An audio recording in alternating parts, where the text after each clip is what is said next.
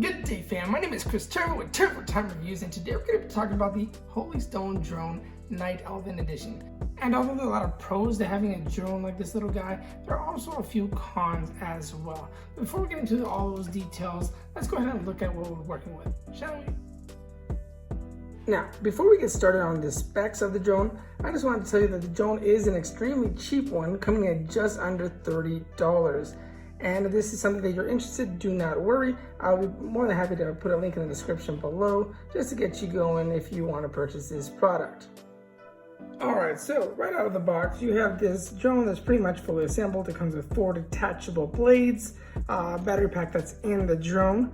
And all you have to do to get it started is connect it, and then it'll start searching for your transmitter to pair.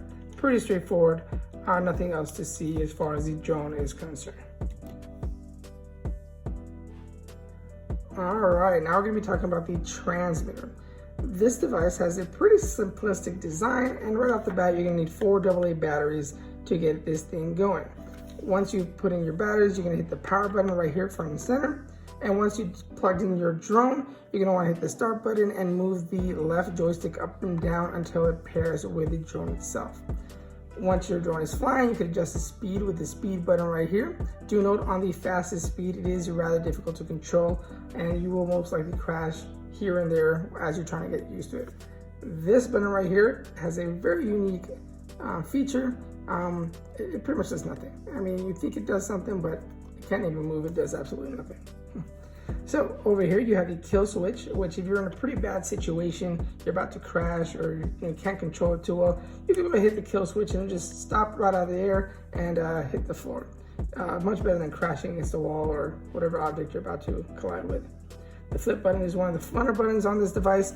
All you have to do is click the flip button and hit the joystick on the right side, whichever direction you want to go.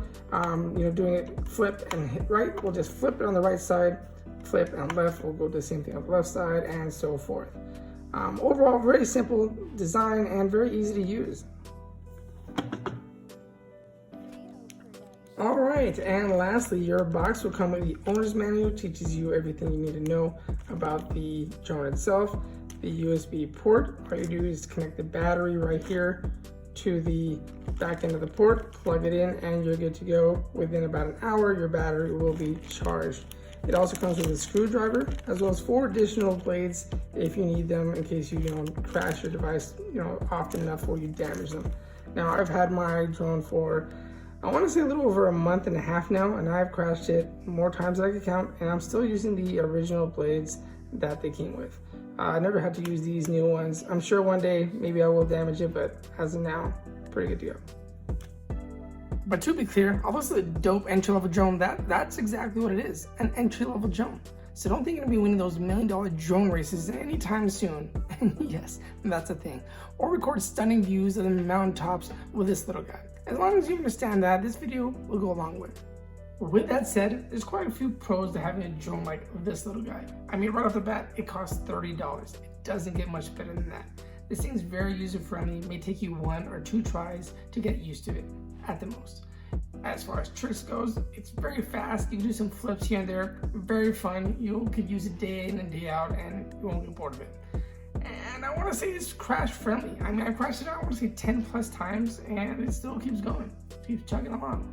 Now that you've heard the pros, there are a few cons as well. The biggest one being the battery. I mean, only that's 7 to 8 minutes at most, unless you have another battery to switch it out and keep the good times rolling. The second issue you're going to have is that it doesn't have a camera. And when you think about a drone, you think about all those beautiful pictures and videos that the drones end up capturing. The third is pretty much the biggest issue for me, is that you're going to have so much fun with this little guy that you're going to want to invest into a bigger, better drone that can go 1,000 feet in the air and record all those mountaintops, all those beaches and plains, all those beautiful videos that you see online, or maybe even with those faster drones that just zip around at 120 miles an hour with your, wearing the mask on, and you can just see everything as if you were the pilot of that thing. I mean, aside from that, it's a pretty good buy. So now that you know the pros and the cons, let's just jump right into the video that shows you what it's like to actually fly the little guy. Shall we? Alright, so now we're just going to show you what it looks like to fly the little guy. The 3-speed mode, I'm currently having it at the fastest speed. As you can tell, it's got a pretty good range. Come back.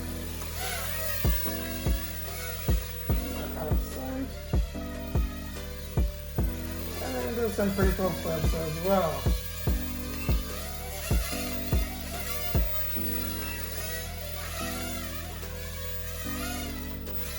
Just flying this thing 2 times, you get the hang of it rather quickly.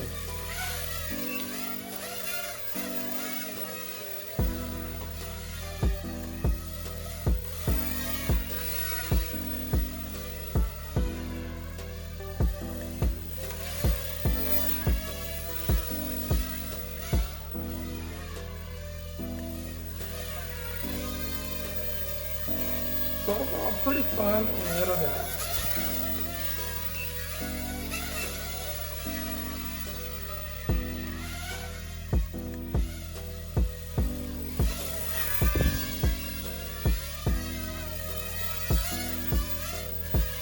Just like that, it's done.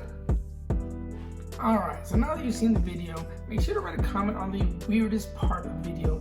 Triple tap that like button, smash that subscribe button, and we'll see you next time on Turbo Time Reviews.